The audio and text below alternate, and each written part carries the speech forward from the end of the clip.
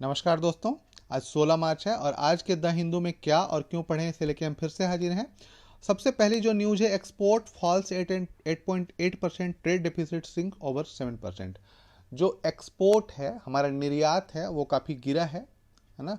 और इसके साथ साथ आयात भी कम हुआ है। तो जाहिर सी बात है कि जब आयात भी कम हो, निर्यात भी कम हो, तो हमारा व्यापार घाटा भी कम होगा। तो आपको यहाँ पे क्या देखना है? व्यापार घाटा। व्यापार घाटे को कम करने के लिए भारत सरकार के पास या रिजर्व बैंक के पास या वित्त मंत्रालय के पास या विदेश मंत्रालय के पास, कुल मिला के भारत सरकार के पास क्या क्या उपाय हैं, कौन कौन से उपाय किए जा सकते हैं, उसके बारे में आपको देखना है आयात घाटा कम करने के लिए, है ना।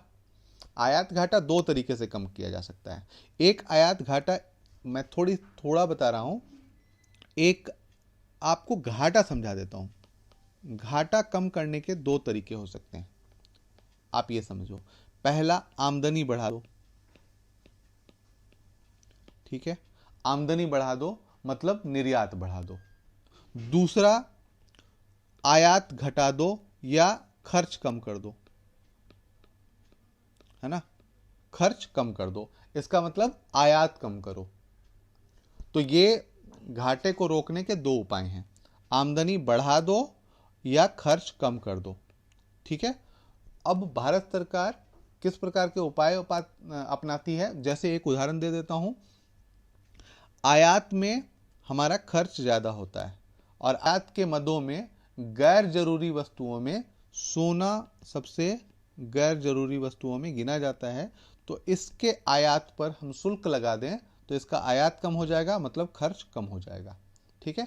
और बाकी वस्तुओं पर आप विचार करें कि कौन कौन सी वस्तुएं हम कम आयात करेंगे तो हमारा खर्च कम होगा। इसके बाद जो है, governor can not precipitate the fall of an elected government.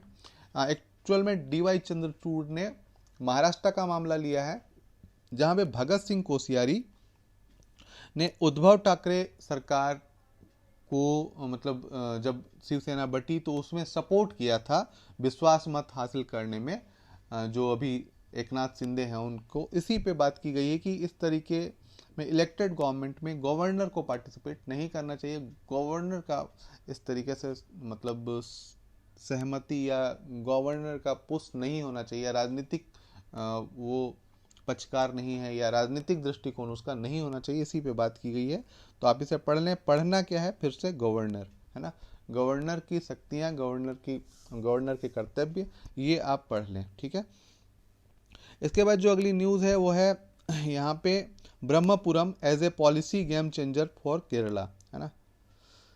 Brahmapuram एक जगह है जहाँ पे अभी एक लैंडफिल साइट है और उसमें आग लगी हुई है और काफ़ी बड़े स्तर पे फैला और ये पूरे भारत में या पूरे समाचार जगत में छाया हुआ है ना। तो उसे आप पढ़ लेंगे। साथ ही साथ यहाँ पे इससे क्या क्या सीख मिलती है, इसे कम करने के लिए कौन से उपाय हैं, किस प्रकार से पब्लिक को या जनता को प्रोत्साहित किया जा सकता है, इसी के बारे में पूरी बात की गई है। तो आप इसे पढ़ लें, जरूर पढ़ लें, क्योंकि भारत के कई शहरों की ये समस्या बन चुकी है ना। जैसे आपने देखा होगा दिल्ली गवर्नमेंट में अभी दिल्ली के जो चुनाव हुए, उसमें एमसीडी के जो चुनाव हुए, उसमें एक प्रमुख मुद्दा यह था कि दिल्ली के जो कचड़े हैं, कचड़े के ढेर हैं, उसे साफ कर दिया जाएगा, एक निश्चित समय अवधि में साफ कर दिया जाएगा, उसके बारे में। इसके बाद है lesson learn, RBI should ensure bank are protected from global contagion. अभी आपने देखा होगा कि अमेरिका में एक कंपनी थी सिलिकॉन वैली करके बैंक था, वो डूब गया है और उसमें काफ़ी नुकसान हुआ है, या एक तरीके से जो वहाँ की वित्तीय या फिनेंशियल स्थिति, उसमें काफ़ी एक डामाडोल स्थिति उत्पन्न हुई है। उनसे कैसे बचें, इसके बारे में बात की। तो भारत कैसे बच सकता है? अब यहाँ पे आप समझो कि आपने अपने घर का उदाहरण ले लो, तो आपने कुछ भी निवेश किया हो तो सारा पैसा बैंक में नहीं रखा होगा। कोई भी व्यक्ति, जो भी व्यक्ति होता है, यदि आपके पास पैसे हैं तो आपने सारा पैसा बैंक में नहीं। भारतीय महिलाएं एक बहुत अच्छा निवेशक हैं। भारतीय महिलाएं बहुत अच्छी निवेशक हैं। वो क्या करती हैं, थोड़ा सा पैसा हुआ ना तो कुछ ना कुछ खरीद लेती हैं वो, चाहे एक अंगूठी खरीद ले, चाहे एक नाक का खरीद ले, कान का खरीद ले, कुछ भी एक छोटा सा सोने का खरीद लेती है। सोना निवेश का बहुत अच्छा साधन है। जब हम लिक्विडिटी पढ़ते हैं, लिक्विड के रूप में हम पढ़ते हैं, तो उसमें देखा जाता है कि हमारे पास पहले तो कैश कितना है, फिर बैंक में कितना है, और फिर तीसरी बार में हम देखते हैं क्या, गोल्ड, है ना। तो ये फॉर्म बहुत शानदार वाला फॉर्म है, असेट के रूप में गोल्ड बहुत शानदार वाली चीज़ है। तो इसी पे बात की गई है कि जो हमारे जो भारत है वो, उसमें एक निवेश का तरीका या एक तरीके से हमारा नज़रिया इस लेवल पे होता है कि हमारे डूबने के चांस या हमारे पे असर होने के चांसेस कम होते हैं। इसी पे पूरी बात की गई है, आप इसे पढ़ सकते हैं। इसके बाद जो अगली न्यूज़ है वह है China India and the promise of the power of two. China India and the promise of the power of two, है ना। The year 2023 high point of India's diplomacy with the presidentship of the Shanghai cooperation organisation and the G20, है ना। दो जो संगठन हैं या जो एक तरीके से संस्थाएं हैं, उनकी अध्यक्षता भारत कर रहा है 2023 में। और इसी पे पूरी बात की गई है कि भारत के क्या रोल हैं और भारत का क्या इसमें इंटरेस्ट है या रुचि है, इसी पे पूरी बात की गई है। और इसे चीन के परिप्रेक्ष्य में देखा गया है। चूंकि चीन के परिप्रेक्ष्य में इसलिए देखा गया है कि मा जिया जो है in charge the affairs interim embassy of people's republic China in India, है ना। तो ये चीन की भारत में राजदूत हैं और इसी के कारण से ये हमारे लिए पढ़ना इम्पॉर्टेंट हो जाता है। ठीक है, तो आप इसे पढ़ लेंगे। इसके बाद जो अगली न्यूज़ है, शार्प डिवाइड्स, है ना, शार्प डिवाइड्स। ये शार्प डिवाइड्स ऑकस के बारे में बात की गई है। मैंने कल ही बताया था, ऑस्ट्रेलिया, यूके और यूएस। ऑस्ट्रेलिया, यूके और यूएस मिलके क्या कर रहे हैं, तो एक वो बनाए हैं, क्या बोलते हैं, एक संघ बनाया, और जिसमें ऑस्ट्रेलिया को 5 परमाणु पनडुब्बियां, चीन आरोप लगाता है 5 परमाणु पनडुब्बियां दी जाएगी। चीन ये आरोप लगाता है कि अमेरिका अपने पुराने हथियार अपने साथियों को बेच देता है। पर अमेरिका, ऑस्ट्रेलिया और यूके का कहना है, यूनाइटेड किंगडम का कहना है कि चीन इस क्षेत्र में विस्तारवादी नीति अपना रहा है। दक्षिण चीन सागर से लेकर ऑस्ट्रेलिया के जो नज़दीकी छोटे छोटे द्वीप हैं वहाँ पे भी अपने सैन्य अड्डे स्थापित कर रहा है। तो इसके कारण से हमें ऑस्ट्रेलिया को मजबूत करना अनिवार्य हो गया है, ताकि हिंद और प्रशांत महासागर क्षेत्र को निर्बाध संचरण के लिए उपलब्ध कराया जा सके। ठीक है, तो ये आपको देख लेना है। इसके बाद जो है, from culture to climate change, new books on history map the world crossing points. ये एक अलग चीज है जो मैंने ली है, बिब्लियोग्राफी, है ना, bibliography, from culture to climate change, new books on history map the world crossing points, है ना। कल्चर से क्लाइमेट चेंज तक ये 3 बुक्स हैं। ये 3 बुक आपको मैं दिखा रहा हूं। द वर्ल्ड साइमन सबर्ग का है ना, और पीटर पॉपकॉर्न का द अर्थ ट्रांसफॉर्म्ड, और इसके बाद है cultured, the new world history. इसमें तीनों बुकों के बारे में बात की गई है। आप यहाँ से तीनों किताबों के बारे में आप इसे जान लें थोड़ा सा। देखिए क्या है कि आप जान लेंगे तो इससे क्या होता है कि एक कॉन्सेप्ट बनेगा आपका, है ना। कॉन्सेप्ट बनने के कारण आप कोई भी उत्तर, कल्चर का हो या इस तरीके की हिस्ट्री का हो, कोई एस्से राइटिंग में आप इसे बहुत आसानी से लिख पाएंगे। तो आप इसे जरूर पढ़ें। इसके बाद जो है, foreign lawyer firm can operate in India से BCI, है ना, बार काउंसिल ऑफ इंडिया, आपने सुना होगा।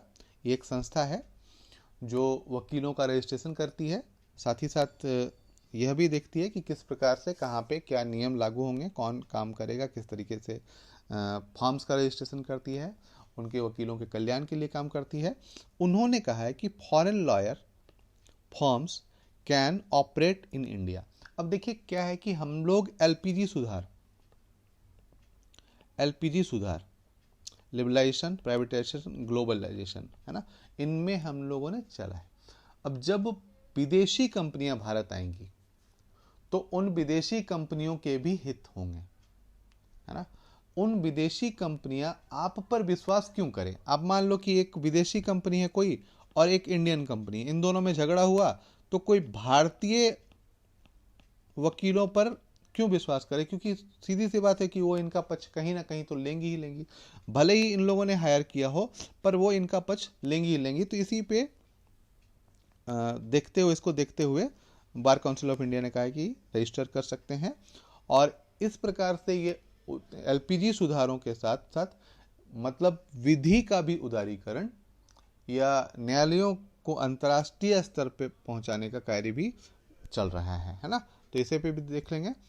उसके बाद है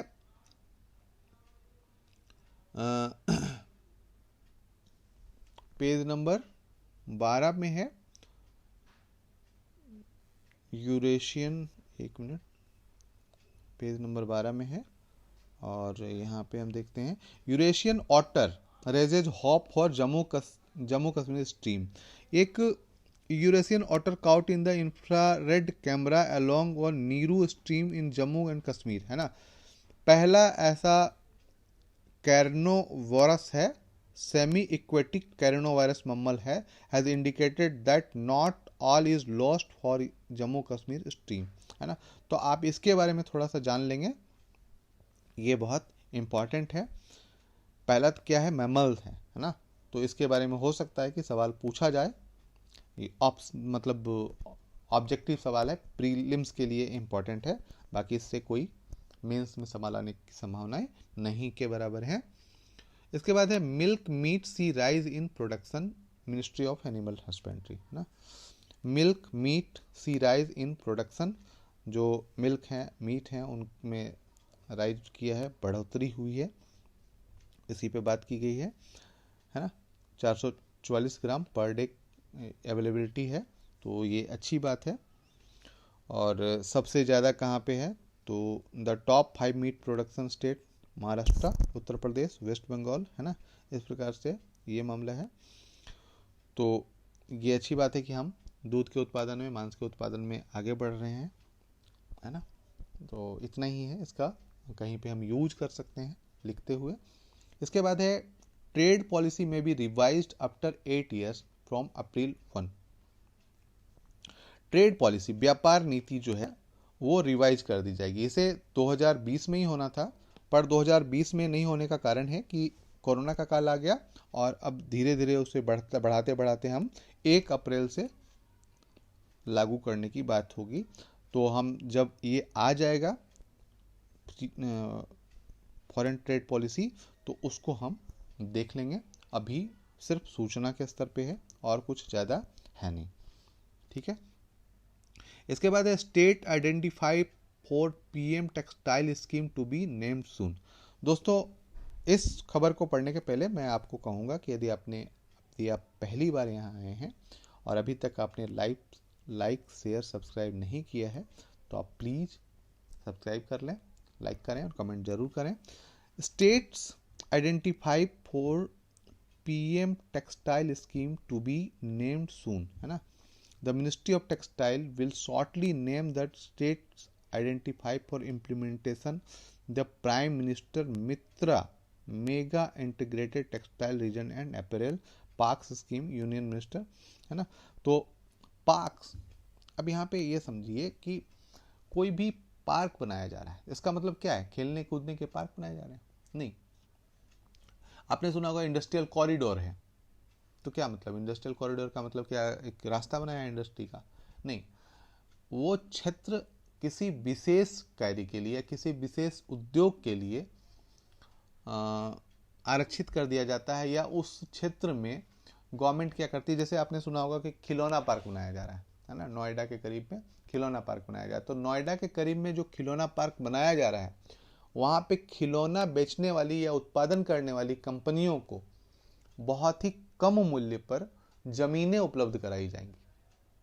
अब इससे क्या फायदा होगा, उसी प्रकार से टेक्सटाइल के लिए भी जमीनें उपलब्ध कराई जाएंगी। इससे क्या फायदा होगा, आपने यह सुना होगा कि हम 80% तक खिलौना अभी आयात करते हैं, इंपोर्ट पे निर्भर करते हैं। यदि भारत में खिलौने बनने लगे तो हम आयात की मात्रा कम हो जाएगी। जैसे पहले पेज में मैंने बताया था, आयात कम होगा तो हमारी विदेशी मुद्रा बचेगी, विदेशी मुद्रा बचेगी इसका मतलब व्यापार घाटा कम होगा, है ना।